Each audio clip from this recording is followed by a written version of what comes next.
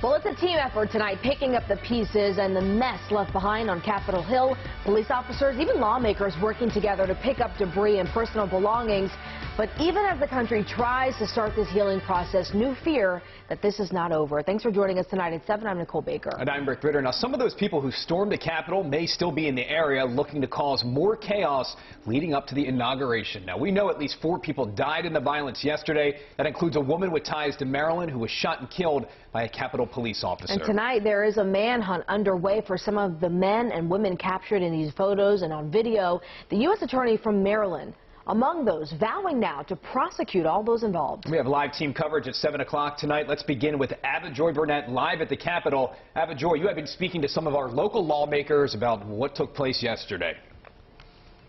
Yes, many lawmakers were inside the U.S. Capitol yesterday when all of this unfolded, and we're getting new information in now that the chief of the U.S. Capitol Police will be resigning effective a few days before the inauguration. Those lawmakers who I spoke with earlier today, they expressed concern about what happened yesterday. It was eye-opening. It was tragic. One day after the world watched protesters rush the U.S. Capitol, broke into windows and breached what was thought to be one of the most secure buildings in the country, Maryland lawmakers who were inside are reacting about what happened.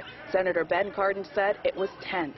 Quite frankly, we could not believe it. We had a hard time understanding how people could get inside the Capitol. Thousands of President Trump supporters traveled to Washington, D.C. for a rally where the president spoke. It was full of love and laughter and smiles, and everyone was hugging. USA! USA! Some protesters marched to the Capitol after the president encouraged them to do so. Maryland's sole Republican in Capitol Hill, Representative Andy Harris, said the president should not be blamed for the illegal actions of some. Merely having a protest that ends up on the Capitol grounds happens all the time.